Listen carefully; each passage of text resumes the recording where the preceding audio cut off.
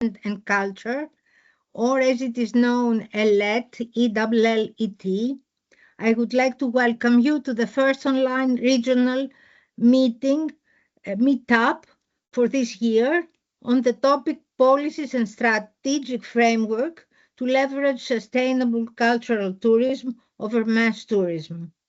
This meetup, as well as two more that will follow, is organized by the Athens Hub of Europa Nostra, the European Organization for Culture, for Cultural Heritage.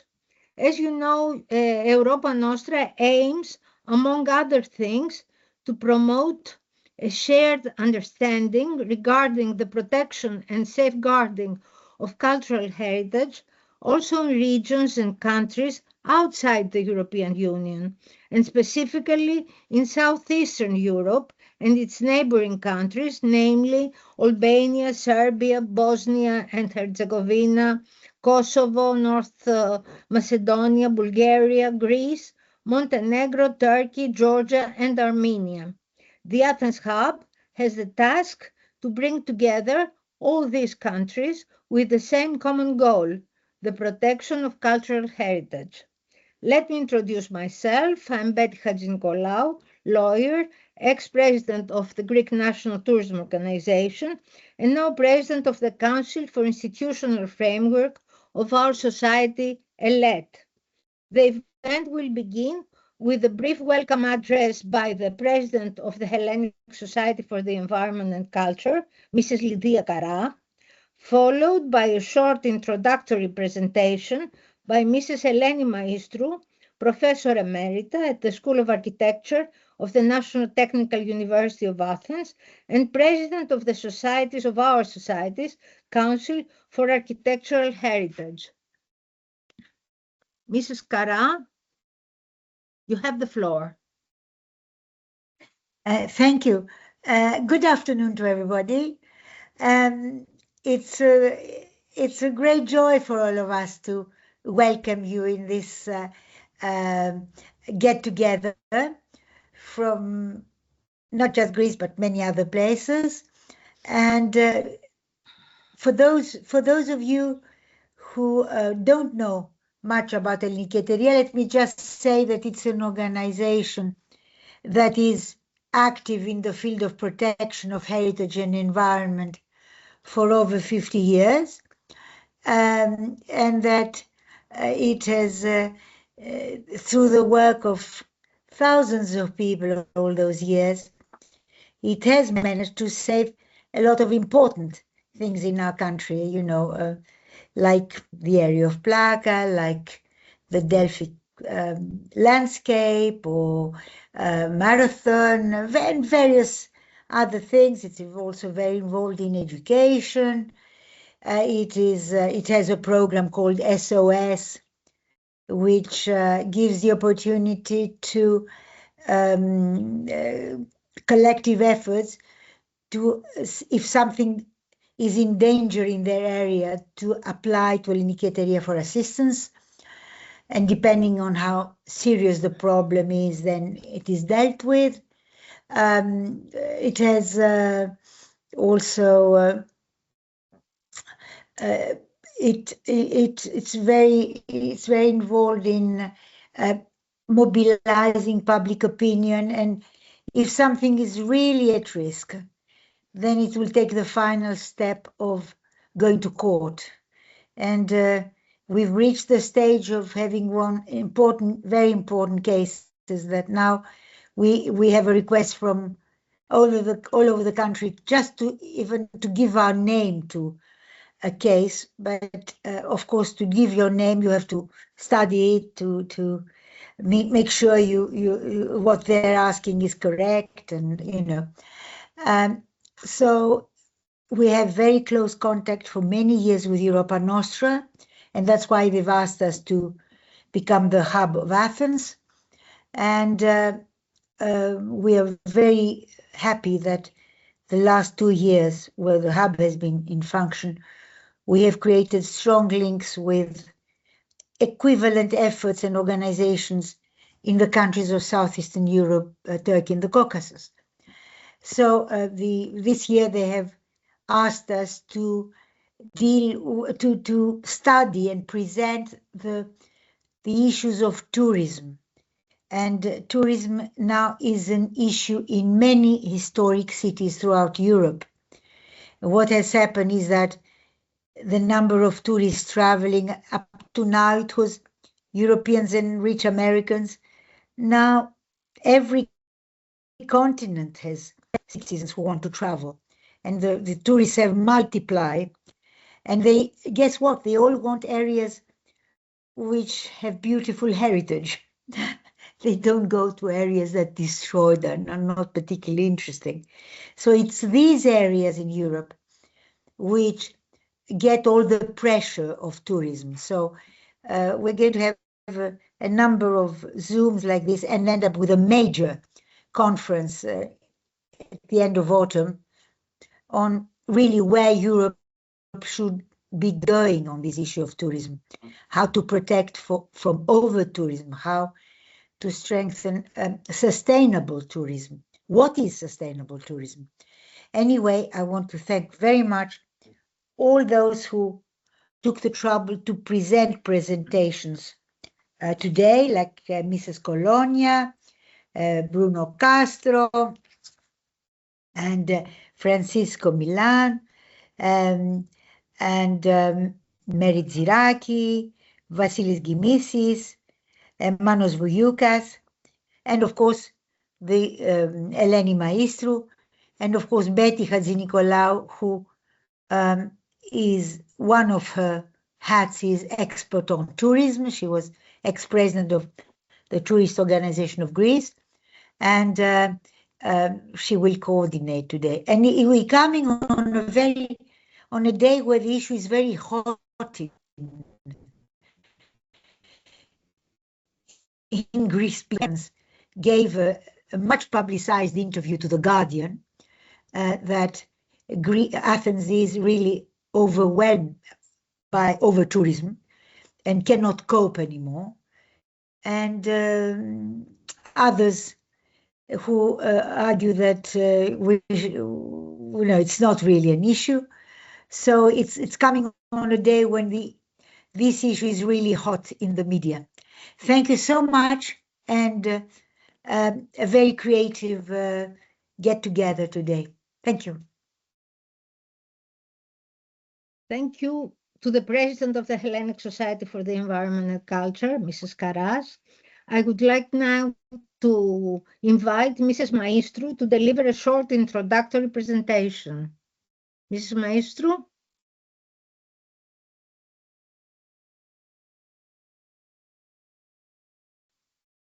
Mrs. Hadzi-Nicolaou, you presented very well what is the Athens Hub.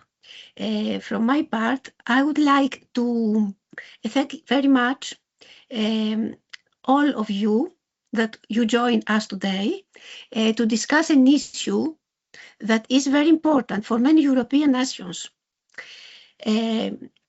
The aim of the Athens Hub is to strengthen, in general, cooperation and knowledge exchange, and to highlight the role of cultural heritage as a key tool for building a more sustainable, inclusive and resilient society in Balkans and not only. The Athens Heritage Hub is part of the broader European Heritage Hub that brings together a wide network of stakeholders and partners aiming to reinforce the role of cultural heritage within the triple transformation that is green, digital and social. Within the current phase of the project, we focus on the theme of cultural tourism in relation to over-tourism, as we said before. This choice is closely linked to the long-standing expertise of Elliniki Eteria in environmental and cultural heritage issues.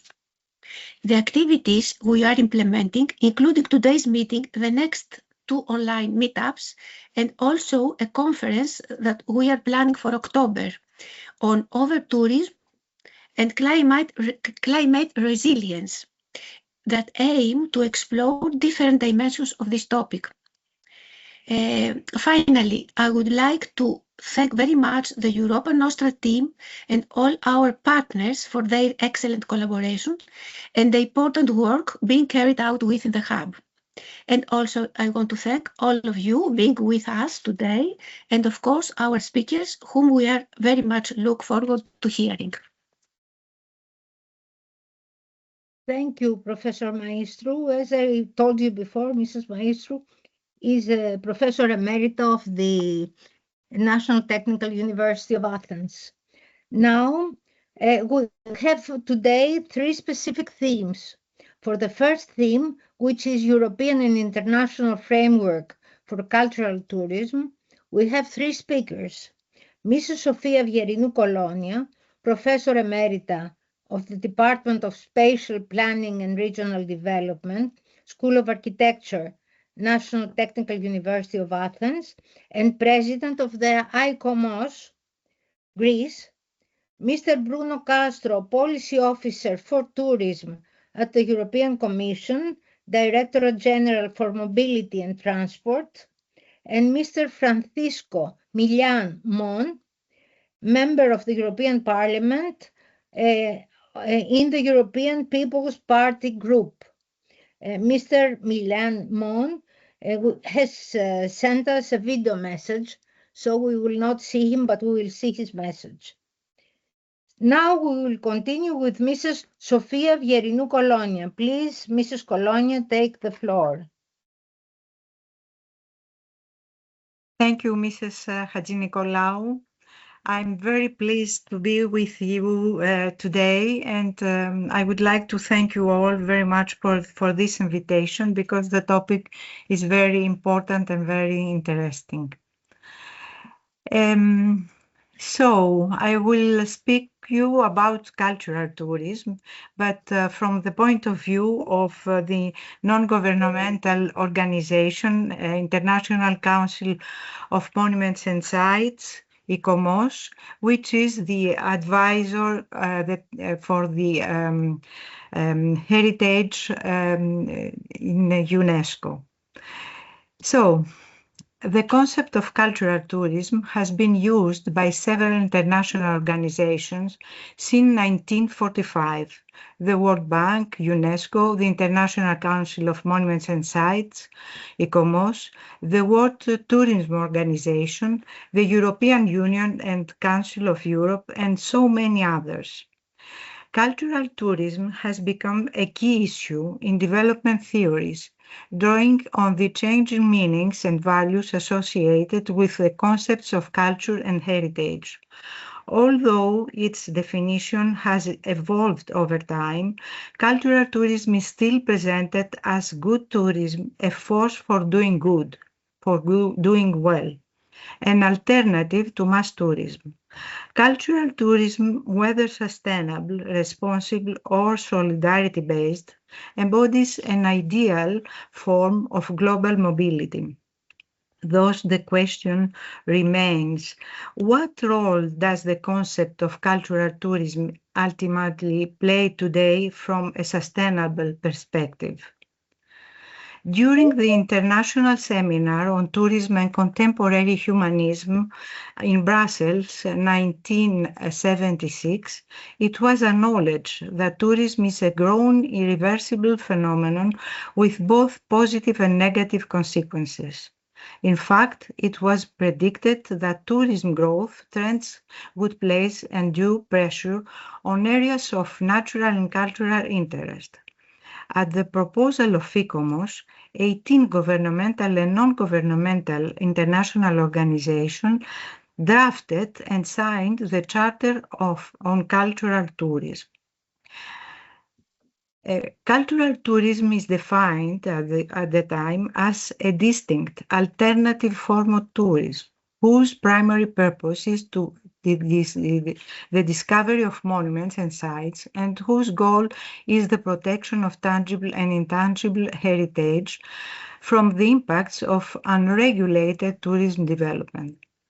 The proposal put forward was to control tourism pressures through policies for managing tourist flows and locating tourist services and facilities within acceptable limits for the integrity and use of cultural and natural sites. The condition was set forth that respect for the authenticity and diversity of cultural values at destination sites must be ensured, so that their appeal is maintained and they are passed on intact to future generations. We must acknowledge an early statement of ICOMOS relating to the principles of sustainability. As the scientific community and civil society come to realize that the excessive use of natural and cultural heritage for tourism must be curbed to ensure that it can be passed on to future generations, new trends in tourism policy are emerging. Since the European Year of Tourism 1990, EU initiatives in support of tourism have been developed to address some needs. The needs for a more balanced geographical distribution of tourism actively to relieve excessive pressure on ecologically and culturally sensitive areas, and the need to promote new and alternative forms of tourism, including cultural tourism. Since then, certain EU programs, projects, initiatives have encouraged the development of alternative solutions with characteristics that align with the concept of cultural tourism. Thematic guide tours were organized, new types of museums were created, rural complexes were preserved and converted into tourist accommodations, public spaces were developed, and urban regeneration projects were proposed and implemented. On the other hand, because the economic significance of cultural tourism resources is growing due to increasing tourism demand, tourism is making a steady contribution to the integration of cultural heritage into the economy. This development brings about certain changes in the traditional system of heritage protection and utilization. Heritage is emerging as an opportunity for significant investments and urban or regional upgrade interventions, provided that the revenues are reinvested by the relevant authorities in their protection and promotion. It is not out of the question, however, that these revenues might be invested without a management plan or design for tourism facilities, primarily hotels, dining, and recreational infrastructure at the expense of the authenticity, quality, and ultimately the sustainability of the cultural landscape. In fact, the relationship between tourism and culture introduces heritage into an economic and social dynamic with diverse implications, raising justified concerns that the negative impacts on cultural assets will not be controlled. This concern was also expressed in the updated International Charter on Cultural Tourism issued by ICOMOS in Mexico 1999, and this updated charter follows the same line of interpretation regarding the concept of cultural tourism of the previous one. It considers that cultural tourism is a factor of a great educational and social significance, as it enables tourists to learn more about the culture of the places they visit. On the other hand, it reiterates its concern about what will be bequeathed to future generations if cultural tourism can become a source of negative pressure on sensitive cultural sites, when the number of visitors exceeds their carrying capacity, especially when the tourism infrastructure of these sites is limited or inadequate. Particularly in extreme cases of tourism development, attention is drawn to the risk faced by local host communities of permanently losing their cultural identities and the authenticity and significance of their cultural heritage being destroyed.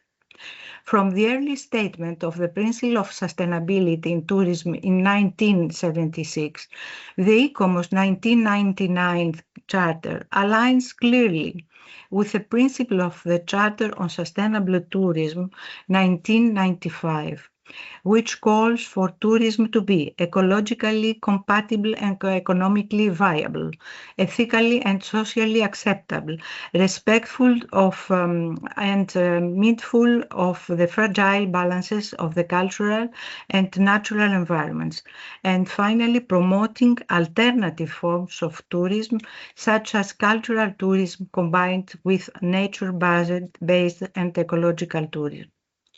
The rapid growth of mass tourism and its spread to new, emerging tourist destinations led ICOMOS to update recently, in 2022, the International Charter for Cultural Heritage Tourism, incorporating the principle of sustainable tourism of 1999 and responsible tourism, the 2020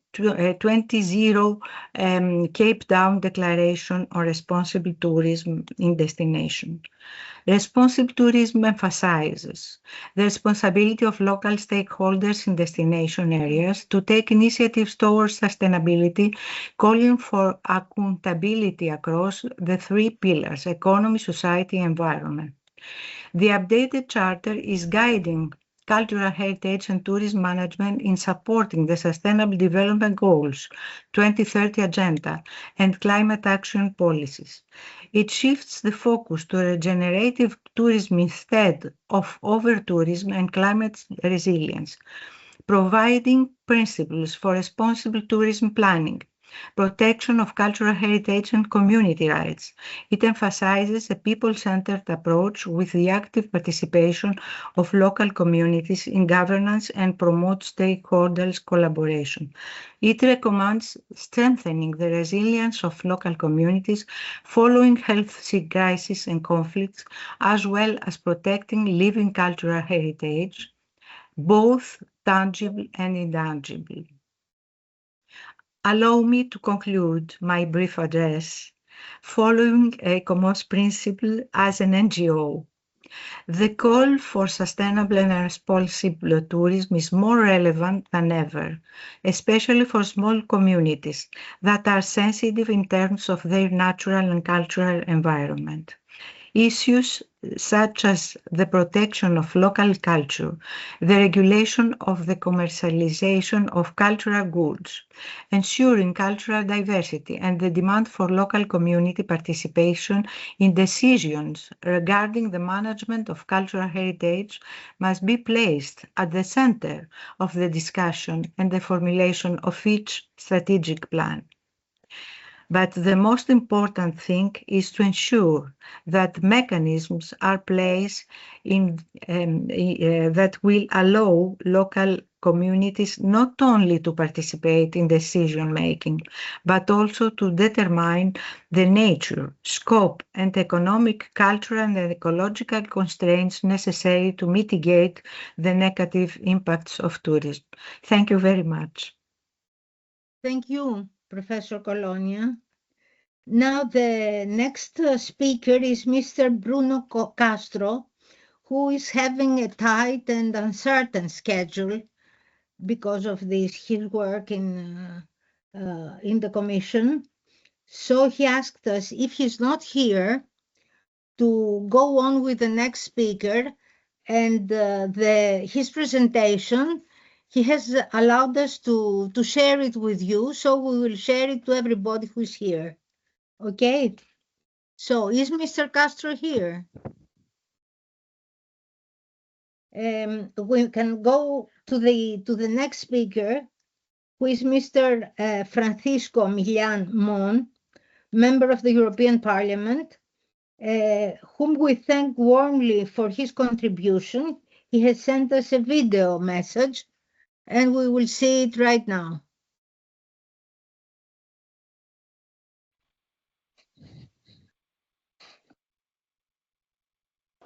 Hello to everyone from the European Parliament here in Brussels. First of all, I would like to thank the Athens Heritage Hub of Europa Nostra for inviting me to take part in this important event. I'm aware of the key role that the Europa Nostra plays in the preservation and promotion of cultural heritage. I'm pleased to say that I have an excellent relationship with the Secretary General, Snežka Quetliv. I very much welcome the organization of this event, focused on policies and strategic frameworks to leverage sustainable cultural tourism over mass tourism. I hope that this meeting makes a significant contribution to strengthening local, regional, national and European cooperation on cultural heritage and sustainable tourism. These are two subjects that are closely linked. Let me begin by highlighting a key fact. Cultural tourism accounts for around 40% of all tourism in Europe. Our historical, artistic and cultural heritage can serve as a driver of development across our regions and countries. If there is one country where this reality is particularly evident, it is Greece. This historic nation is in many aspects the heart of European culture. As Shelley wrote 200 years ago, we are all Greeks because we are fully aware of what Greece has meant for European culture over the past 2,500 years.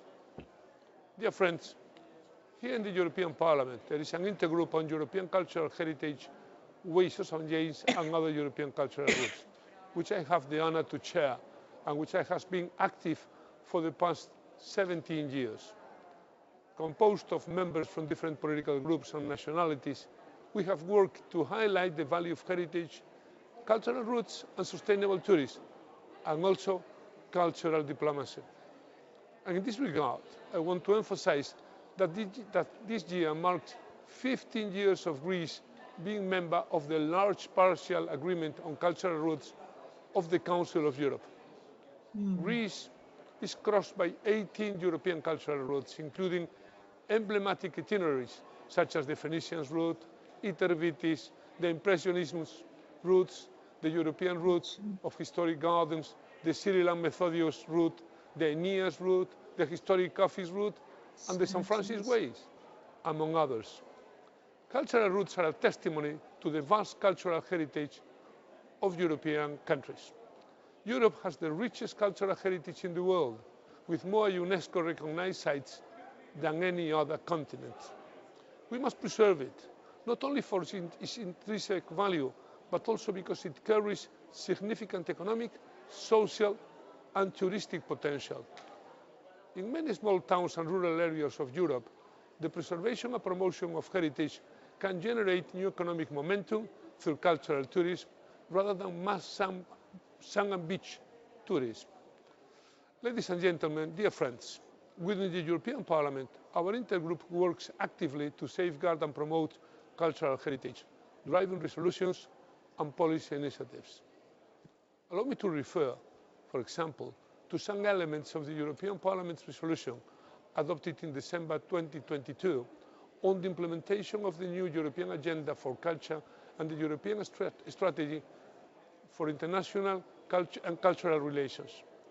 Recital E of this resolution states that Europe is a cultural community based on shared values and history and on the success of economic integration. It also stresses that culture and cultural heritage, including the European cultural roots, have great potential to promote the European values, strengthen the diversity of identities, and contribute to the EU's global objectives. I would like to underline paragraph 43 of this resolution, which urges the Member States to remain vigilant on the risk of mass tourism for cultural heritage as well as natural ecosystems. Of course, I think it is essential to strike a threefold balance between the increase in tourist numbers, the protection of cultural heritage, and the quality of life of those citizens who live in those touristic cities. Also, within the framework of the Intergroup on European Cultural Heritage, the Ways of St. James and other European cultural routes, we have organized several events in the recent years to promote our rich heritage and the cultural routes. For example, I remember that a few years ago, we had the pleasure of welcoming the European cultural route of historic cafes with a presentation by its president then, Mrs. Angela Dracu, precisely from Greece. Dear friends, I conclude the preservation of cultural heritage is a shared responsibility for public authorities at all levels and for all citizens. We must promote it and ensure its transmission to future generations. Sustainable cultural tourism can serve as a highly effective tool to achieve this. I reiterate once again my sincere gratitude for inviting me to take part in this important event. I wish the Athens Heritage Hub of Europa Nostra every success in this first regional meeting. I warmly welcome its ongoing work to promote sustainable cultural tourism. We all know that culture is one of Europe's defining features. Europe is, so to speak, the continent of culture, and Greece has been decisive in the shaping of European culture. Ευχαριστώ πολύ. Καλή σας μέρα. Thank you very much. Thank you, Mr. Francisco Millanmon. Let me sum up that Mrs. Colonia referred to the ICOMOS, also historical, the historical aspect of cultural tourism and the role of sustainable perspective of cultural tourism, and also the main events and initiatives that have been taking place. Mr. Millanmon referred to the institutional legislative initiatives of the EU on culture and cultural tourism, also on the pressures on historical places. And of course, he mentioned the cultural roots of the Council of Europe, 18 of which pass by Greece. They are not very well known to the Greek public, and this is a problem because they are not very well made known, that is, they're not publicized. Now we will go on with the second topic, the second theme we have for today, which is carrying capacity and indicators. Excuse me. I wanted to Yes? flag that I'm here if you want me to Hello. remain in the topic. Okay, so we will Sorry not for go that. to the second, Yes. theme. We'll go on with Mr. Castro, who's, as I Yes. said before, is working for the Directorate General for Transport. He's a policy officer for tourism. Please, Mr. Castro, take the floor.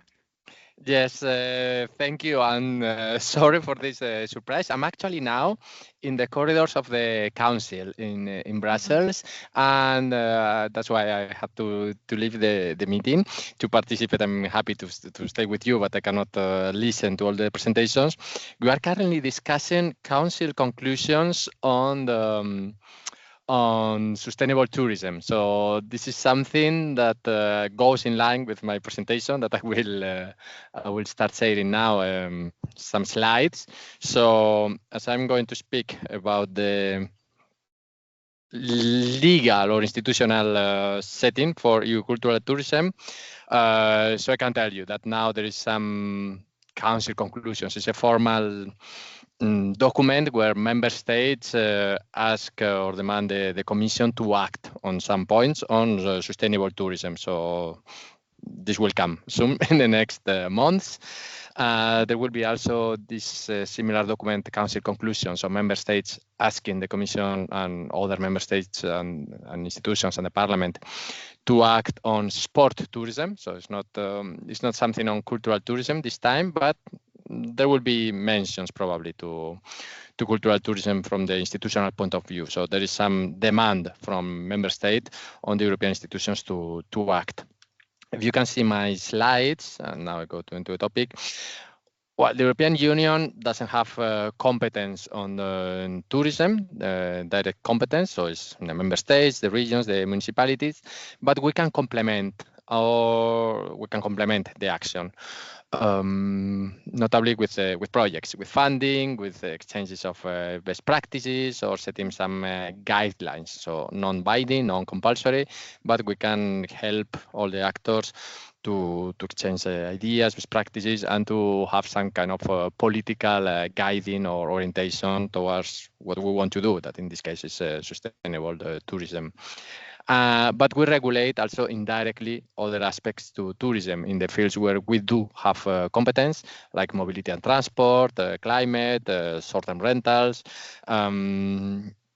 passenger rights, for example. So these are topics where is not labeled as tourism, but it has clear implications on tourism. And in that case, it's not exactly my team, but we are always coordinated, and we are aware that there's an impact on tourism from those topics. So currently, I cannot tell you more, or cannot tell you a lot about the next plans for the European Commission on cultural tourism, because we're about to launch a strategy, but it hasn't been launched yet, so it's a bit secret. We are about to finish it, but we identify the challenges of tourism in general, of the tourism sector, and these are the priorities that we want to tackle with our strategy, which are the unbalanced tourism, the crisis or climate or inflation, so the threats that some touristic destinations face, for example, fires or other situations like now we have seen with the war in Iran. So from one day to the other, the situation can change, and we can see how fragile touristic destinations can be. Also have global competition, because Europe is the biggest tourism destination in the world, but there are other competitors, so we would like to keep it being number one. And then we have issues with a fragmented system of small actors. Lack of investment in some occasions. Maybe there's too much bureaucracy, we are told, and there is also a gap of skills. Probably you know better than I do that there is a lack of skilled workers in the sector. So currently, the institutional framework for tourism in general is the transition pathway for tourism that you can see in the left. That was an analytical document co-created with many stakeholders and member states. Maybe you were involved in this consultation as well. And this remained valid. It was a very useful and comprehensive assessment of those challenges and addressing towards the green and digital transitions to make destinations more resilient. There we made a call for pledges. I don't know if you submitted one. I invite you otherwise to submit pledges or commitments where these are voluntary actions where you say, I commit to, I don't know, whatever, action, green or digital, to do it in 1-2 years, and then we will monitor the advance. And from time to time, we are monitoring the progress on these pledges and the progress of all the tourism ecosystem under this transition pathway. But currently, in parallel, now we are working on a more political strategy, because not for the first time, sorry, but since end of 2024, we have a commissioner with the title of tourism in his portfolio. So Mr. Apostolos Tsikostas, who is Greek, probably you know, he's the European Commissioner for Transport and Tourism. Before, tourism was part of the Director General. This is internal organization, but I think it's relevant. It's not just administration. We were part of the Director General for Enterprise and Single Market and Competitiveness. And now we are part of transport. So the synergies and the message are more linked to transport, although we keep working with all the colleagues in the European Commission, of course. But also the message by President von der Leyen to assign this title of Commissioner for Transport and Tourism gives a lot of visibility to tourism. And Commissioner decided to launch this strategy. Last year we had a consultation. I hope you participated on what should be included in that strategy. So in the next weeks, probably end of June or July, you will be able to read this strategy, and probably we'll have to present again or to disseminate what's about cultural tourism there. Probably not a priority, but there will be, I hope, some elements. I'm not in charge of drafting it, so I cannot tell you. It's still secret and has to be approved. If you only have to retain one message of this presentation, please check the EU Tourist platform, check this QR code and the link, and visit this EU Tourism platform where you have all information about tourism in general and also cultural tourism. You can submit your own initiatives, your news, you can inform other stakeholders about what you are doing or if you need partners. So it's a great place for exchanging information, but also to find legal, political documents, to find data, to find webinars. There are like monthly webinars. There are fora for discussions, and it's there where you can submit these pledges I mentioned before. So this is the most important message I have to to give today, that you can learn more about cultural tourism or tourism in general in the European Union through this platform. Also interesting that we have the EU tourism dashboard with data. So we have more than 30 indicators measuring tourism in different pillars, the green, digital pillar, or socioeconomic indicators, normally at member state level, in some cases regional, or even more granular at municipal level. For example, we have an indicator, you can see below, on cultural assets density. So we have colleagues from the European Commission measuring TripAdvisor, the number of cultural assets. I think this is per province, or so at sub-regional level, they map how many cultural assets they are in Europe. So you can see in your region, and of course also the QR code. Also very important for you, but there was a link in the platform to it, is the funding. So if you are looking for funding on cultural tourism, it's important to know that we don't have an instrument, a single instrument for funding tourism in the European Union, but we have different programs. So actually, we have access to more funding in this way, but we'll have to promote it, or you have to be creative to look into these opportunities through other programs, for example, through Erasmus+, European Social Fund, or LIFE, or Horizon Europe. So Creative Europe, of course, from the cultural angle, but maybe you can do projects linking cultural tourism with nature, and maybe you are eligible for LIFE, for example, or if you link it with education, maybe you could be eligible for Erasmus+. So there are many projects around, and I will talk a bit about it. There are many calls with a tourism component where you can apply, or you can be creative and give this tourism component to other calls. You can see in my slides that there are some reference to WB, to the Western Balkans, because I understand part of the audience today is from the Western Balkans. So they are eligible for some of these calls.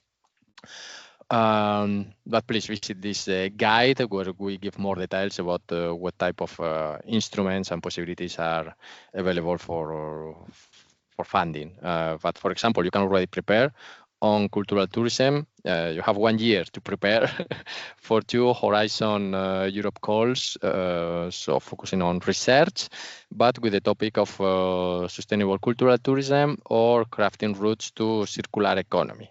So, well, in my presentation that I will share, you will find the links to these calls. You still have time until May 27, but please, you can start discussing and looking for partners for that. Also, there we have programs now. It will be quicker, just to show examples, but I will share the slides. We have Erasmus for young entrepreneurs. This might be an opportunity as well to participate, to receive funding for small or young companies on tourism and cultural tourism. And we have an example, because this action, Erasmus for young entrepreneurs, is well, Western Balkans and candidate countries are eligible. So we have a success story. We have this story of a meeting between an entrepreneur from Albania and an Italian one, and they were visiting each other and they were learning from each other on the topic of promoting religious heritage through innovative storytelling and digital strategies. So we are funding this kind of mentoring or exchange of ideas at cross-border. Well, the Enterprise Europe Network is also a good contact for if you have companies, if you're working on SMEs to have more orientation for these funding opportunities. And in general, we also, as I said, we want to have more skills. We have the Pact for Skills. Also, Western Balkans are eligible for that. We have the large skills partnerships, particularly focused on tourism. I have 4 projects there already active. You can see Pantour, Touring, Pass for All. This is, in general, we would like to make the tourism career more attractive and more solid. So they are not linked only to young people working on summer, but to make it more professional and interesting. Another action that we have in the European Commission is the European Capitals of Tourism. We changed the name this year. Currently, the call is open. It used to be the European Capitals of Smart Tourism, but it's difficult to define what smart is. It was linked to digitalization, sustainability, accessibility. These are still criteria, but well, maybe there's more chances to include cultural tourism now and heritage actions in this competition. The current capitals of tourism in 2026 are Tampere for bigger cities and Dubrovnik for smaller towns. And well, I invite you, if you are in contact with your local authorities, to maybe to apply, or also to check the results of previous capitals and what were they doing in relation with cultural tourism.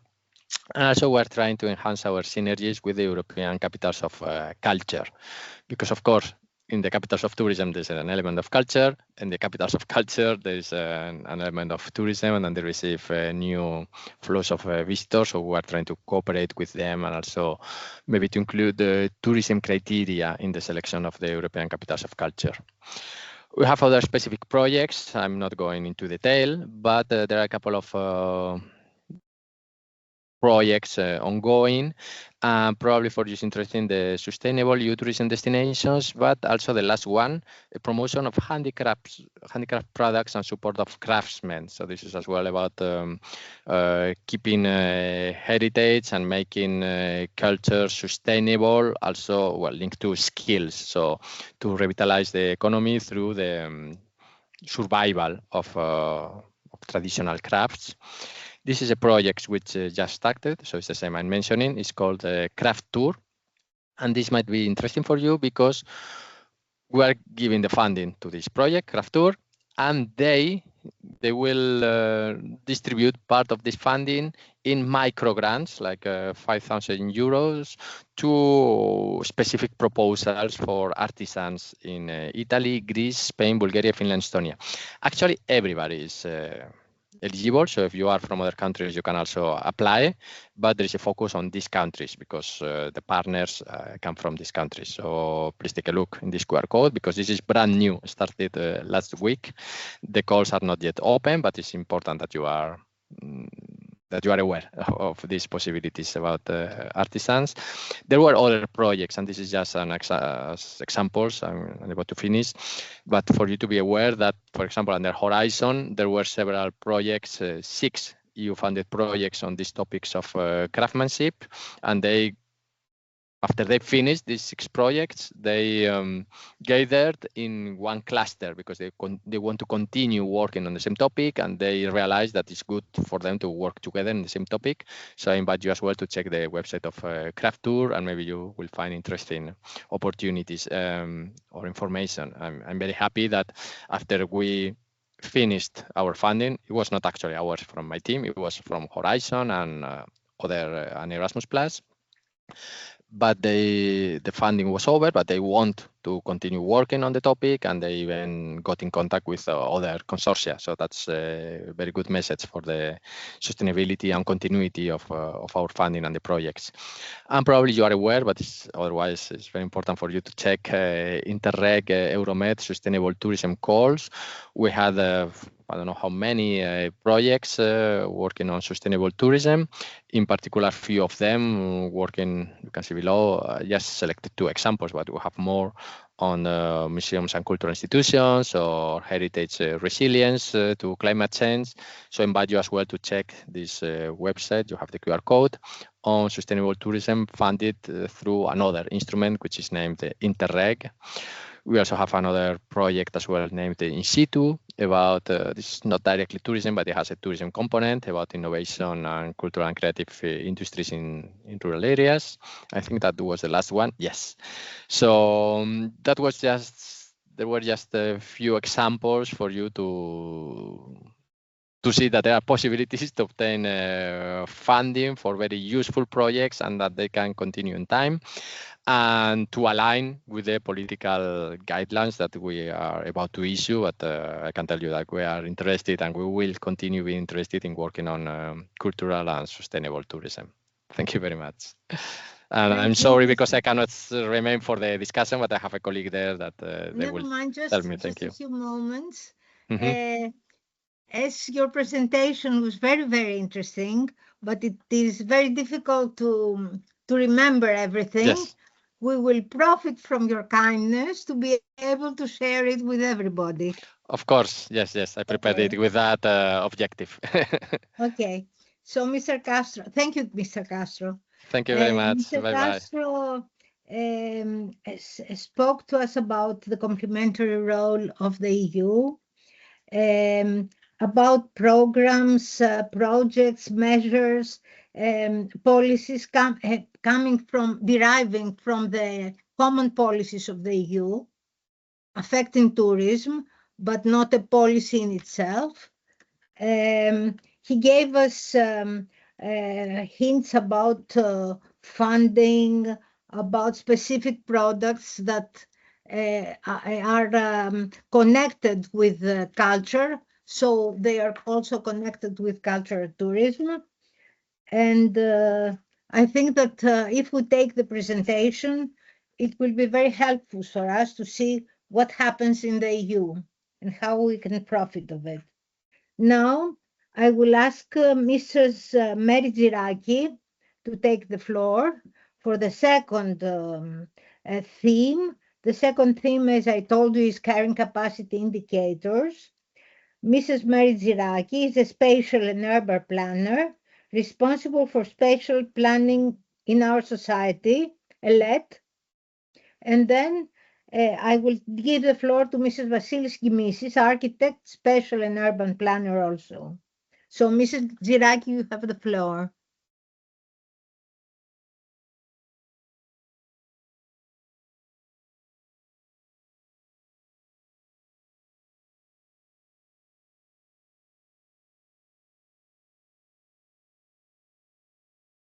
Good afternoon, everyone. Sorry for the delay. Just let me to share my screen.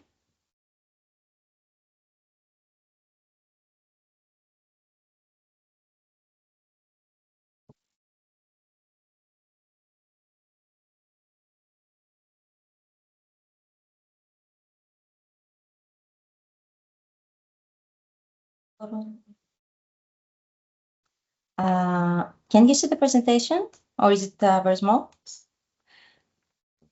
If you can make it bigger. Okay. So moving on to the second theme, we're going to focus on the indicators that can assess the carrying capacity and other indicators related with tourist development. I will present the case study of Greek island, Serifos, which is a part of a research project carried out by Ελληνική εταιρεία. This whole study was not designed simply as a typical spatial planning exercise. It was developed as an applied research project which aimed to explore how we can actually define and estimate development limits on small islands. In other words, how we can approach the concept of carrying capacity in a more measurable and spatial grounded way. This study was carried out by a multidisciplinary team from the experts from different areas, from environment engineers, energy, economy, and civil engineering and other sectors. And the main questions, the key questions we tried to address was how much development is too much, where it happens, and based on which criteria. More importantly, we focused on asking the question of how we can move from the general discussion about overtourism to concrete spatial tools and indicators that could actually support planning decisions. To answer this, we developed a methodology that combines spatial analysis, field study, and stakeholder consulting. We worked across multiple thematic dimensions, from population, economy, to land uses, environment, infrastructure, and tourism. And we tried to build a comprehensive picture of how the island functions. The core approach of all this was spatial. We focused on mapping, measuring, and interpreting where pressures are concentrated. In this context, the key objective was to develop spatial indicators. Moving on to the key findings, the first one is the building patterns. We have made maps of the concentrations of building and tourism. Now, here we can clearly see that there is a strong concentration along the coastline, and there are areas, mainly in the large part of the inside the island, that remain that have low density. This is very important as we can observe that large part of the growth also occurs outside the designated settlement areas.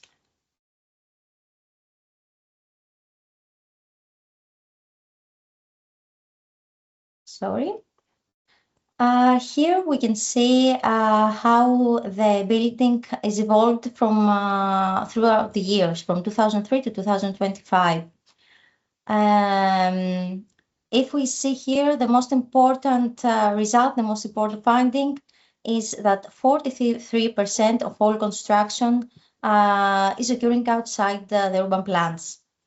And there are new hotspots emerging in areas on the island, in coastal areas, for mainly touristic reasons.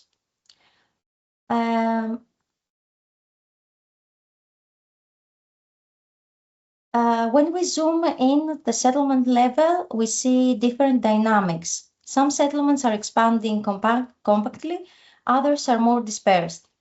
This happens as they're not dealing this. All this happens because of some factors that are more important in some areas. This image helps us understand that we're not dealing with one single pattern, but multiple dynamics that require different approaches. Now, if we bring tourism into the picture, we start to see a very strong overlap. Here we have mapped the STR, short-term rentals, which are highly concentrated in two main settlements.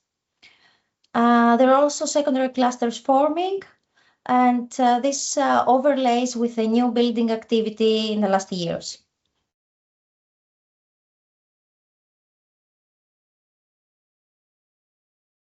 So one of the main indicators that we have used is the building pressure index. This captures the intensity of build development in relation to the available land. This is a way to measure how saturated each area is in terms of build development, and for this we have used a grid of 200 meters. What this shows is quite clear. Very high values in specific areas and low pressure in the inland. So again, we have a very uneven spatial pattern. The next question was, and see here we can see the same distribution for the short-term rentals. So the question we had to ask is what actually drives these patterns? This is here we used the geographically weighted regression. It's a tool that is used to assess how the pressure changes and according to which factors. Because it is crucial to understand that even these islands are very small, their systems are not homogeneous and the pressures are highly localized. The idea behind GWR is that instead of assuming that the same factors influence development everywhere in the same way, we look at how these relationships change across space. The variables that we have tested are the distance from beaches, the distance from settlements, road access, elevation, tourism intensity, and the slope of the terrain.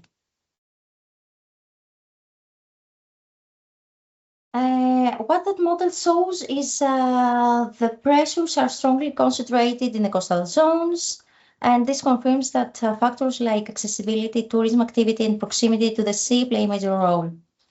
At the same time, the interior remains less affected, partly due to the geomorphology. We have a model that interprets this development quite well, but we also have to look at where the model underestimates and overestimates pressure. This is interesting because it highlights areas where something else is happening. For example, informal development or second home dynamics. This helps us go beyond the numbers and better interpret the reality on the island. So, yes. So these maps helped us to bring everything together and create a spatial zones map. So this synthesis allow us to create proposals, to create a plan, a strategy for the island, and to differentiate the policies based on the spatial conditions. So here we have areas of high pressures that need immediate regulation, like Area 1. Tradition zones where sprawl is likely, but yet not so much, like Area 2. The areas that can support sustainable living and local production, 3, and 4 is an area that is a heritage area. Yes. And we also have the inland area, which is for natural development. I would like to close. To close that all this shows that carrying capacity is not a single number, that it varies across the space. It needs to be understood through special indicators. And if we want to move beyond the general discussion about overtourism, we need tools to help us identify where pressures are and why they occur. And this is where spatial analysis can really support policy, and we can move to better and more specific principles, more specific proposals regarding the development. Thank you very much. Thank you, Mrs. Giraki, for the short reference to the Serifos study of ELET, and to Serifos itself, which is far from being overdeveloped, of course, but which has to protect its natural and cultural heritage to assure long-term success in tourism. Mr. Gimisis, it's your turn now. Please take the floor.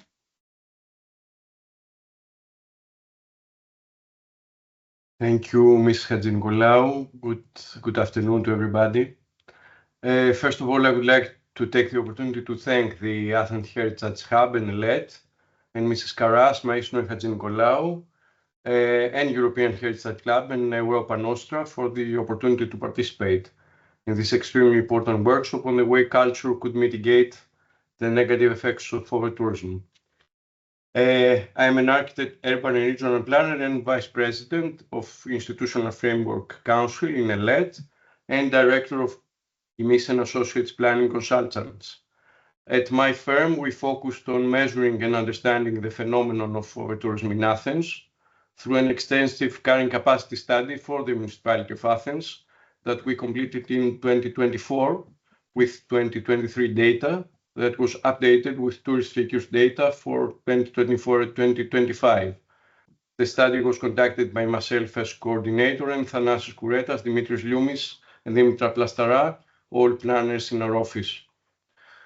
As an introduction, I would like to point out that this study had significant innovations. Namely, it was the first one to be conducted at such a fine spatial scale at a neighborhood level, whereas previous studies were limited to the municipal or regional level. It encompasses a comprehensive range of topics and utilizes a substantial volume of big data, short-term rentals and long-term rentals via web scraping from real estate platforms, water, energy, and waste consumption data. It was the first approach towards measuring social carrying capacity that was based on 788 questionnaires distributed by the University of Piraeus, our partner in the study with Develop Athens, across the city of Athens. Furthermore, it was the first study to perform a continuous public consultation with 18 institutional stakeholders. ELET was one of them, from the tourism, economic and social sectors, namely hoteliers, merchants, NGOs, etc., capturing their perspectives on Athens tourism. Finally, it was the first study to provide a comprehensive geospatial mapping analysis and comparative assessment of hotels, short-term rentals and long-term rentals, as well as public spaces and public transport infrastructure.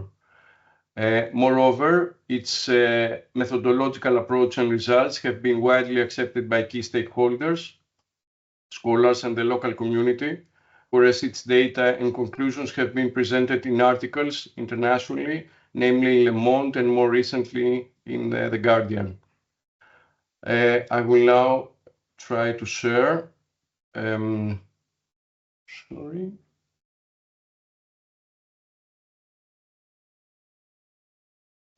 Please let me know when it's visible. All right. Okay. It's okay. So for today's presentation, we will present an online ArcGIS storage map we developed that describes and presents the study's methodology and components in a more user-friendly and interactive manner that we will briefly go through. In any case, it is a free access webpage that you can navigate it more thoroughly afterwards. We will distribute the link. So we begin with an introduction of Athens and its tourism, as well as the basic carrying capacity definition and the study's aim.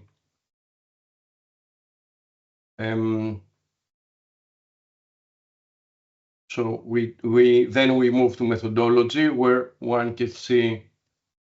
Sorry, it needs some time to load the workflow.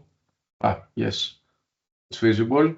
From raw data to data processing on three main axes. Firstly, the calculation of carrying capacity indexes on a neighborhood level, Actually, we have 144 neighborhoods in Athens, and the identification of saturated ones.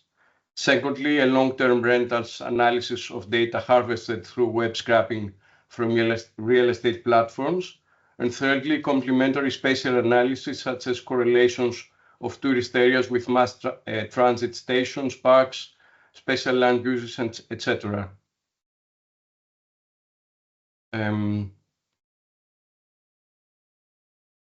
So here we see various current status depictions such as population shifts, green spaces,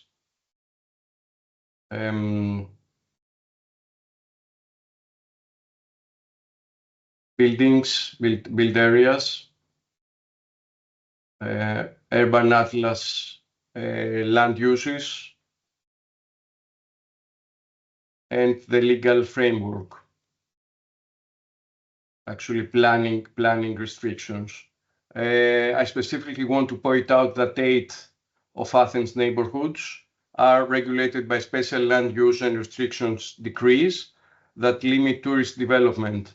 Plaka, and indeed the ancient area, actually sits on one of the most ancient roads in the continent and has universal cultural significance, is the most heavily protected one, where new hotels are prohibited since 1993. Elet has taken a case before the Council of State, stating that major Airbnb developments, namely whole buildings turned from residential long-term to short-term Airbnb rentals, in effect make these restrictions null and void and cause heavy stress on infrastructure, its residents, and most importantly, on its very distinct and unique character. Moving along on the more technical part of the study, we can see the short-term rentals heat map for a period of 2018 to 2025. As you can see, it is interactive, that had an increase of 33.5%, where we can see the extensive sprawl of Airbnbs throughout the city, with its core in the historic center. And you can see the diagram. The slump obviously is the COVID period. Hotel units had a similar increase of 29.1% for the same period, but on the other hand have a much smaller sprawl and are almost entirely located in the historic center. Furthermore, we identified the strong correlation of STRs and mass transit stations, and the majority lies within 15 minutes walking distance of metro stations. In this spot, we identify hotspots and centrality for STRs and hotels.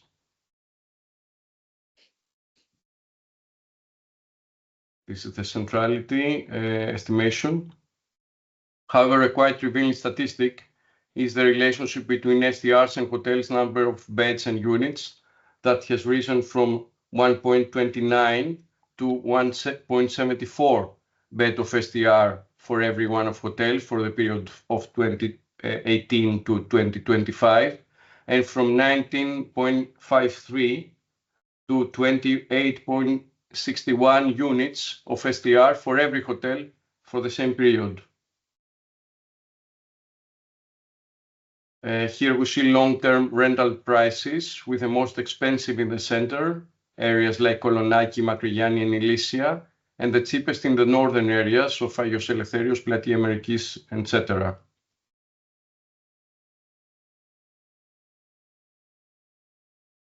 Here we depict the main outcome of the study, tourism indicators, namely for tourism function index, which is calculated as beds per residence. We see significant peaks in Eboriko Kέντρο, Monastiraki, Psyrikou Mundourou, and Platia Vathis areas. In Eboriko Kέντρο area, we have 14 beds per resident, and most of them, 11.5, are STR short-term rentals. We get the same image for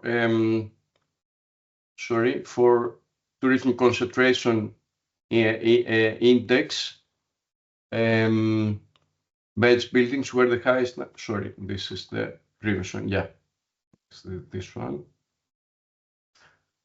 Where the highest number for STRs are in most areas such as Veikou, Makrigiani, Victoria Square, Koukiaki, etc., whereas hotels outnumber STRs in central areas such as Emboriko Kedro, Psyri Koumoudourou, Monastiraki Plaka, etc.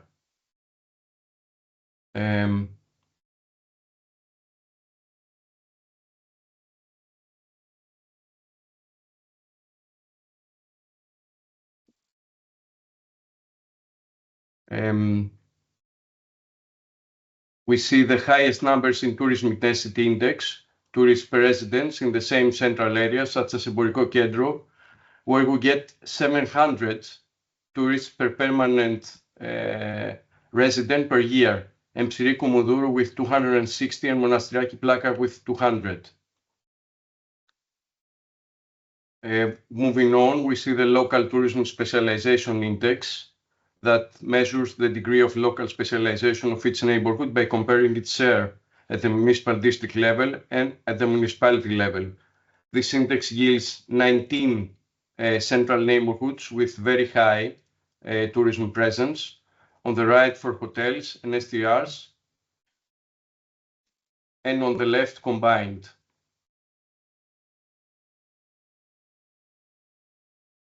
Furthermore, we see the composite tourism specialization index, CTSI, that reflects the combination of LQ values, the previous index, by category, hotels, STRs, and combination at the municipal district and municipality levels, that yields 9 neighborhoods that are essentially saturated by tourism, namely Emboriko Kedro, Psyri Koumoudourou, Monastiraki Plaka, and Thysio, etc. Finally, we see the composition of the above, where we combine long-term rentals with tourism saturation, resulting in 23 mainly central neighborhoods, 18% of total, that present high values in both, meaning that are being affected significantly, or one could say are gentrified, while on the other hand, we have 29 mainly northern neighborhoods, 21% of total, that present low values in both, meaning that they're unaffected by tourism, but also left out of the tourism benefit. We conclude with results and talking points. So we feel that Athens has not come to an over-tourism point without, however, having exceeded acceptable thresholds for residents and businesses. Nevertheless, we see significant tourist hotspots in 9 central neighborhoods, Emboriko Kedro, Monastiraki Plaka, Psyri Koumoudourou, Makrigiani, etc., whereas more and more peripheral areas receive significant pressure, mainly by STRs, with not noticeable consequences in infrastructure and real estate.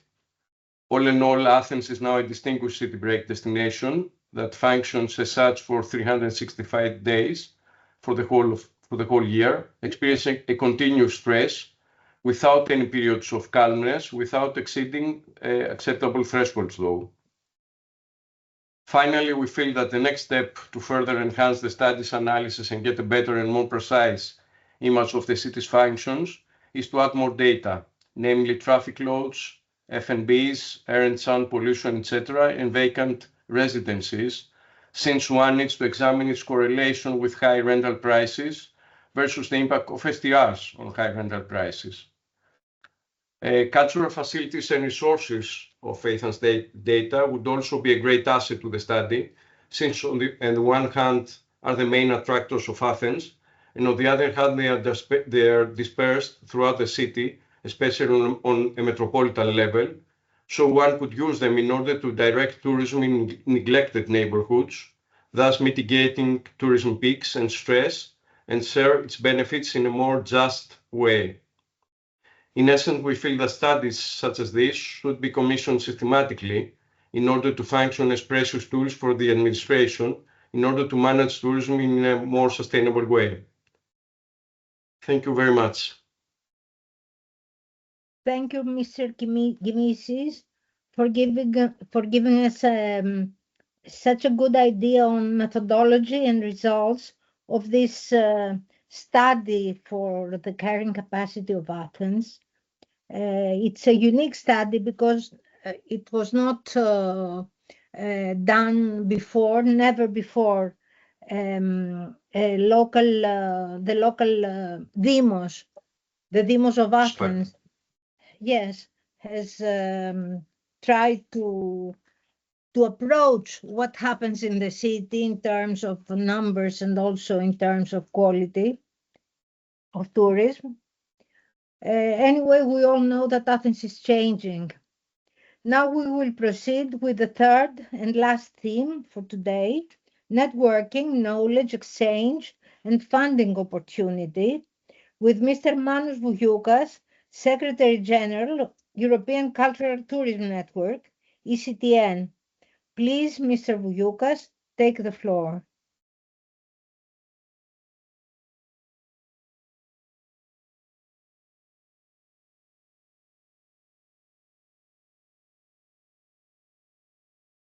Good afternoon, and thank you for this opportunity. It is very nice to see that the European Heritage Hub includes sustainable cultural tourism in its activities, something started last year when I was in Budva and was continued in the Heritage Summit in Brussels last year. Hopefully this year in the Heritage Summit also will continue. Just to introduce our network, it's been active since 2009. It's the only network in Europe that specializes a dedicated network on sustainable cultural tourism, working in 3 groups: policy, practice, and research. We have 45 members in 21 countries, including outside EU, non-EU countries. We are an active member of the European Heritage Alliance, a founding member actually since the beginning, and also in the European Tourism Manifesto Alliance, which also Europa Nostra has joined this alliance in the past. ECTN and Europa Nostra were actually core members of this alliance, so we have a say in what happens in the Tourism Manifesto world. We had the opportunity, and we're very proud of that, to be a stakeholder in the European Year of Cultural Heritage 2018, which actually included sustainable cultural tourism as one of the 10 topics. And we support several other initiatives, partnerships with Europa Nostra since 2018, in particular, the European Year of Cultural Heritage. And actually we support also Cultural Roots of the Council of Europe, European Heritage Label sites, smart tourism capitals that we heard from Mr. Castro. Our activities, annual activities, is the annual conference. So in terms of networking and exchange of knowledge and ideas and best practices, this is the best opportunity for participants to contribute and also learn from others. This annual conference has been going on since 2013. This year, actually, our annual conference takes place in Greece, in the island of Skiathos, which is an ECTN member, in September, the end of September, 23 to 26 of September. And also we have, can you see the screen? Is the screen shared?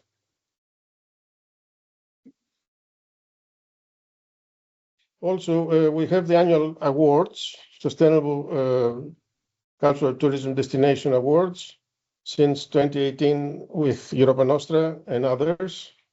And we get the support from either the European Heritage Alliance members or the Tourism Manifesto Alliance members, depending on the topics of each year.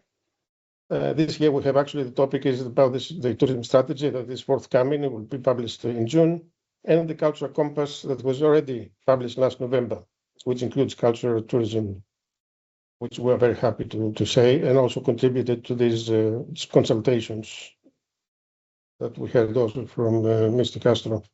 We have a charter for sustainable cultural tourism, a European cultural tourism charter. We have also, we're aware of the ICTC e-commerce charter, the new charter of 2022.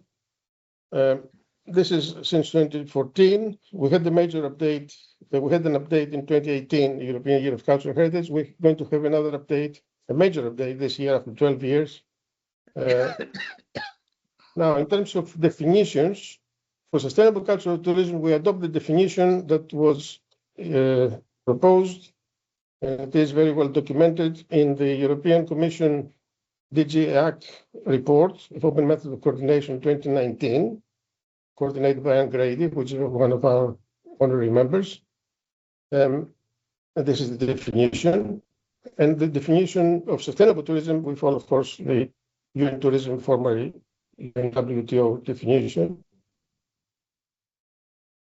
So that we're clear that we're not inventing anything. We follow the established definitions that international, European and international organizations have. Smart tourism is one of the priorities that we have proposed and worked on. We heard from Mr. Castro about the smart tourism capitals. We're very happy to say that cultural heritage and creativity is one of the components of this competition since 2018. We had also the opportunity for two of our members, and actually presidency at the time, Paphos in Cyprus, to win this title for 2023. And the following year, 2024, it was Dublin, another one of our members. We have a group. We have initiated a group in the Heritage Hub. It's not very active, but we have 109 members. Occasionally, there are some posts. We would like to see more posts, more interaction there in the future. Now, coming to funding opportunities, that is the second part of the topic. Mr. Castro actually mentioned everything that is available, but I would like to highlight more the Interreg Europe program, which actually we follow very closely, and we have won several projects there for sustainable cultural tourism, creative tourism, smart tourism, since 2016. This covers the EU 27 member states, plus Norway, Switzerland, and Western Balkans, all the other countries that was mentioned earlier. I think Mrs.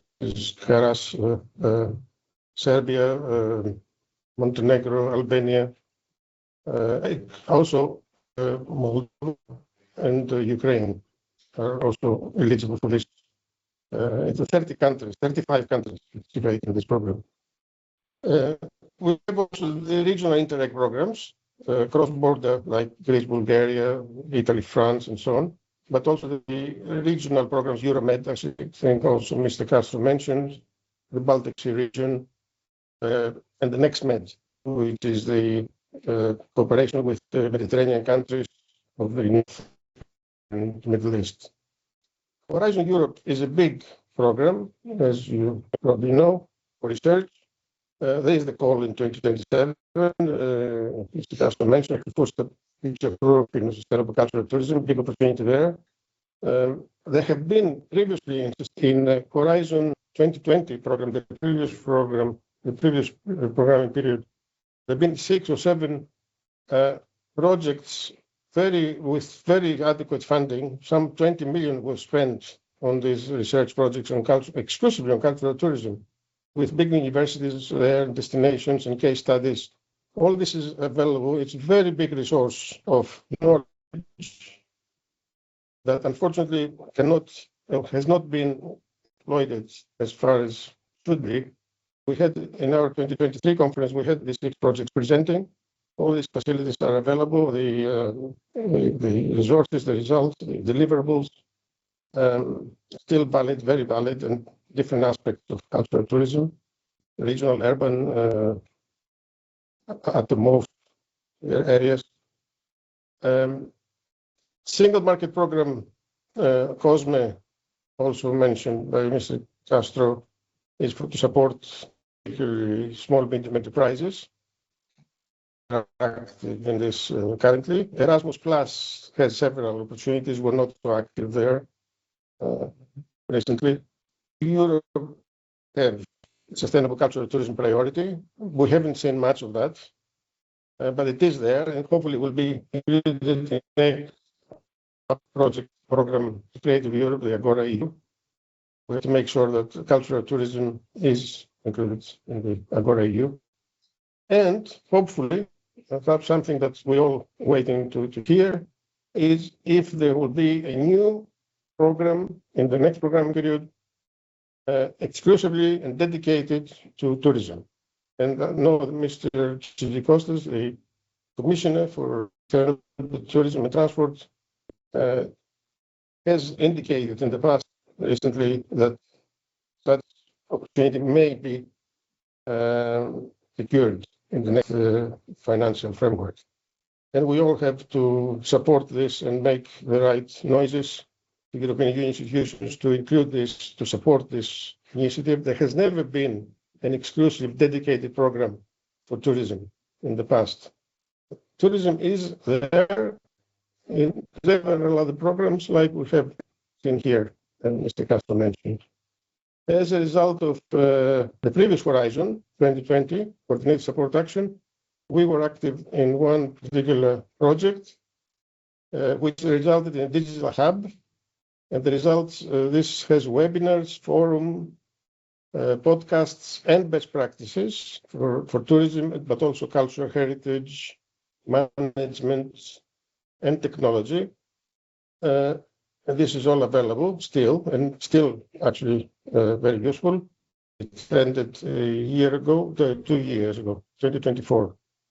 And as part of that, as a CTN, we made the policy guidelines for smart tourism apps, what to comply with, what to include. It will include tangible and intangible cultural heritage, because sometimes intangible heritage is forgotten or is not given the importance it deserves, to allow for regular updating, interaction with the visitors, and to enhance the visitor experience. Now, the current and future developments. I mentioned the Culture Compass for Europe. This was published in November last year after consultation. We were actually involved in consultation together with Europa Nostra and a lot of other European Heritage Alliance members. Some 60 European Heritage Alliance members were invited alongside CTN and Europa Nostra by the Commissioner Glenn Mikalev, to Brussels, to Berlin. We did make the point that the Commissioner already had this idea to include cultural tourism, and cultural tourism is indeed included in the Cultural Compass for Europe, not as a big priority, but it's there, and it's up to us to exploit this opportunity and make the most of what the Cultural Compass for Europe offers us as a basis to develop initiatives around sustainable cultural tourism. There is a European Parliament initiative, and there's a recent report which actually been approved by the Parliament, and it's entitled Enhancing Connectivity, Preserving Cultural Heritage, very important, and driving local excellence in European tourism, destination management and regional tourism growth. This is also very useful for us because it does put cultural heritage and tourism in the European Parliament world, in the European Parliament agenda. And it's up to us to make the most of it in our work to secure additional opportunities, funding, resources for the European nations. The strategy everybody's waiting for, it was promised for April, now it's delayed to June. I suppose it will be launched in June. And this, from the consultation, we know that it includes authenticity, very important. For the first time, actually, there is specific, explicit statement on authenticity, cultural heritage, and creativity. and smart tourism, digital transition, and a lot of other things. But these four aspects, authenticity, culture, heritage, creativity, are in fact the priority for us as a CTN, and I suppose also our partners, Europa Nostra, European Travel Commission, and all the other members of the European Heritage Alliance, to see that the European Sustainable Tourism Strategy does include these priorities, and probably it will be also in the next program, whatever that is, in terms of size, in terms of dates, when it will be timing, and so on. But something will be actually in the next programming period, more so than in the past. Finally, the next year, the United Nations General Assembly has declared 2027 as International Year of Resilient and Sustainable Tourism. And there will be several internationally. And the idea is for Europe is to maintain its status as #1 world destination. And actually, when we say Destination Europe, which is actually in the strategy as well, Destination Europe means culture and heritage. That's why people come from outside Europe. They don't come for necessarily for the traditional mass tourism destinations. They want more cultural and heritage aspects and creativity and authenticity. Now we have launched already for this year's awards that we do with Europa Nostra since 2018. Europa Nostra actually is involved in the jury, in the joint jury. It's Fimi Jamar, the Brussels office, and Pete Jasper, former vice president, and in the past jury members, and also from Mission Network and other associated organizations. The deadline is 15th of May. We have the QR code there. It's for destinations, or NGOs also can be qualified. Festivals all can be also candidates for these awards. And also we have the call for abstracts for the conference, which is an open call. Anybody can come and present their work, research-oriented, policy-oriented, or in fact management of destinations, but focusing on culture and heritage and creativity. Thank you. Thank you, Mr. Vougioukas, for telling us, for giving us information on the activity of ECTN, and also giving us information on EU programs that affect or include cultural tourism. Thank you very much. Now, we have some time, about a quarter of an hour, to discuss questions. What we have done is we have collected questions by the people that are here, that participate, and we can answer some of them. That is, the speakers can answer some of them. Some of them are the same, that is, they have the same meaning, but they are expressed differently. So I will go on with some of them, and then you will see who wants to answer among the speakers. I'm reading the first one. There have been lots of discussions and statements about overtourism, which is like a Lernea hydra. Pitfalls are visible, need some practical actions to start implementing immediately.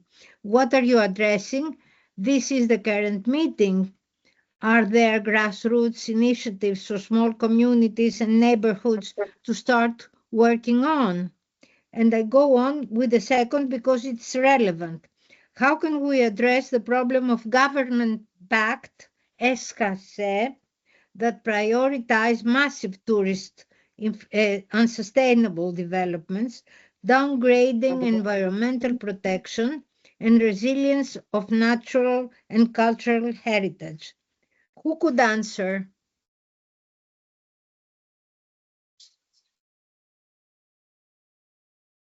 Who among the speakers can answer? I can answer the second part. I know. Can you make it one answer, because it's more or less the same? Okay. The means to address over-tourism and proposals for ad hoc planning, such as the SHASE, which is strategic investments for people not familiar with the term, is to participate in the processes, the consultation processes that are in line by the EU directives for strategic environmental assessment.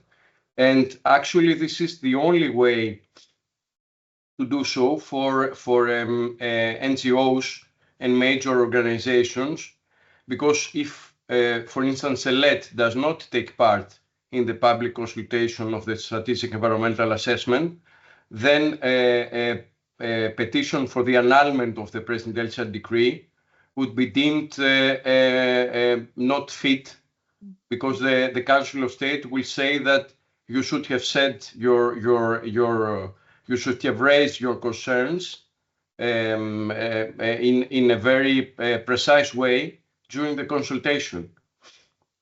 So it is essential to participate in the consultations. The same goes, of course, for all the local and special planning plans for municipalities that are being studied throughout Greece, for everybody that is interested, such as municipalities, regional governments, NGOs, and in general public opinion. Okay, maybe we must say a few words about the program for supporting small island municipalities. ELET is implementing a project for supporting small island municipalities to be able to elaborate, to understand and respond to these studies that are being carried out under the program Konstantinos Doxiadis, which means planning, urban planning for all over Greece, for 273 municipalities all over Greece. What we do is we agree with small island municipalities, and we support them all through the procedure of these studies, which means that we help them exactly how you say here in the question. We help them to implement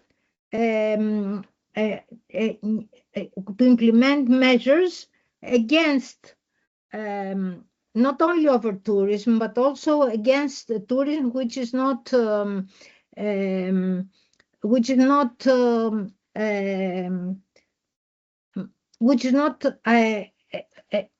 appropriate, let's say, for the nature as well as the culture of the small island, and help them try to work for tourism in the long run. That is tourism that will be there for many decades. Another question is, what governance models have proven most effective in balancing sustainable cultural tourism development with the pressures of over-tourism across different regional contexts? Now here, we have to see what are the factors that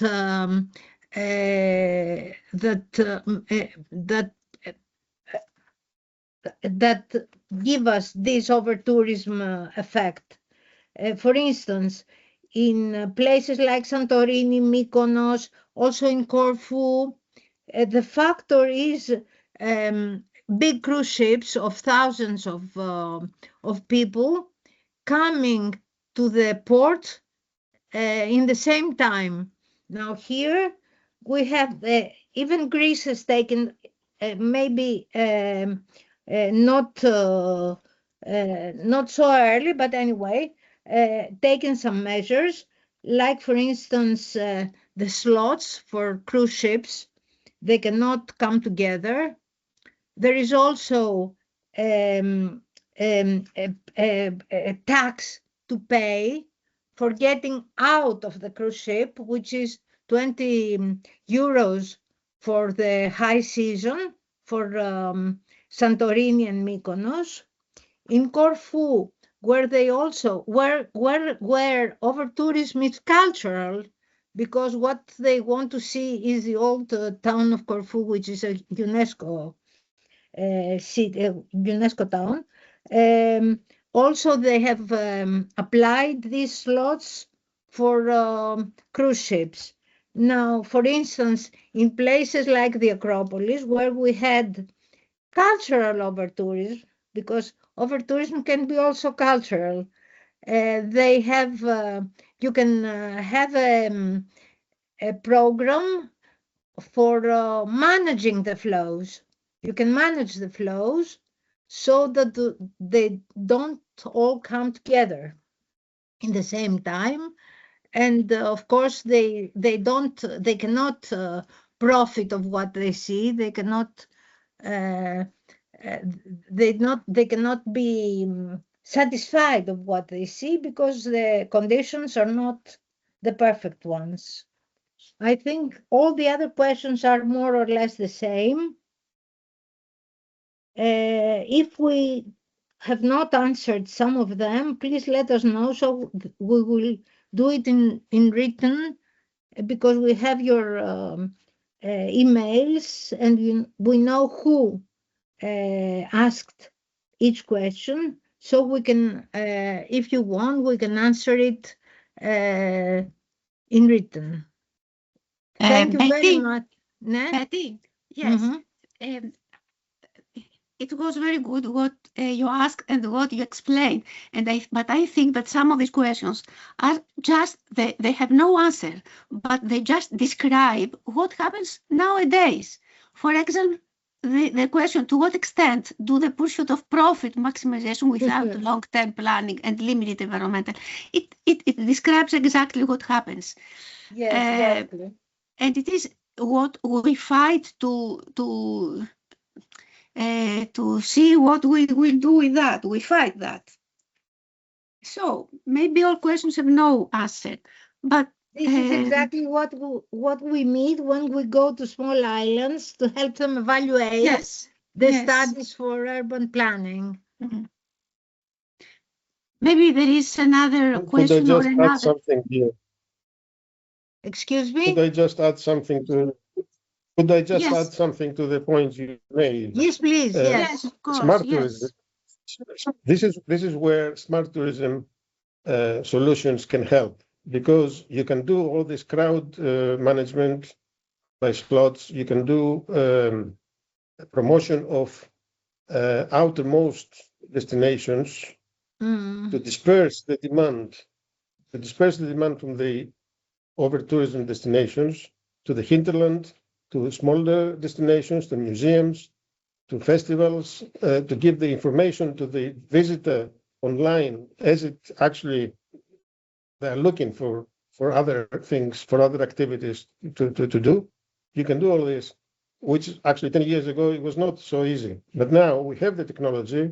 The technology is even is developing further, and we can actually promote the smaller destinations, the islands, as you said. Actually, I made the point. I don't know if I lost you now. I made the point, actually, personally, to the commissioner, to include smaller destinations, because now they have the big cities, benefit from this smart tourism capital initiative. Over 100,000 population. There is the smaller towns, as Mr. Castro mentioned, 25,000 population between 25 and 100,000, but there's nothing for the smaller communities. And this is actually a big omission, because smaller communities actually drive the movement against the over-tourism by attracting extra demand that otherwise would not go to the smaller destinations. We need to promote this and funding to the smaller destinations, islands, villages. There's nothing for villages, for example. There are some villages that benefit the most, and other villages that actually want to have some visitors, and they have something to show to a visitor, authenticity. And that's where authenticity also very important, because people now, visitors want this authenticity. They don't want to go to a mass tourism destination all inclusive necessarily. They want to go to the smaller destination where they can experience authentic service, authentic products and services. Okay. Thank you. We were just talking about the measures that are already in place, not what can be done. Of course, there are many things that can be done to avoid over-tourism, and this is going to be the main topic of the conference, over-tourism. Betty, may I add something? Of course. That this proposal, it's of course very important, but you know that our islands and our rural villages have no the necessary infrastructure, especially winter, so they cannot do what they ought to do to have tourism all the year, for example. So it is necessary a political decision. It is necessary a decision from local communities, from the mayor, because the infrastructure, the transportation, is it easy to make all this transportation in the winter? There are many problems like that. Most people, most habitants leave their village during the winter because because they have no the necessary infrastructure for hospitals, for example, schools for their children. That is the case. Thank you, Mrs. Maestro. Anybody else wants to speak, to say something? Okay. I thank you very much from the part of ELET for your being here and participating.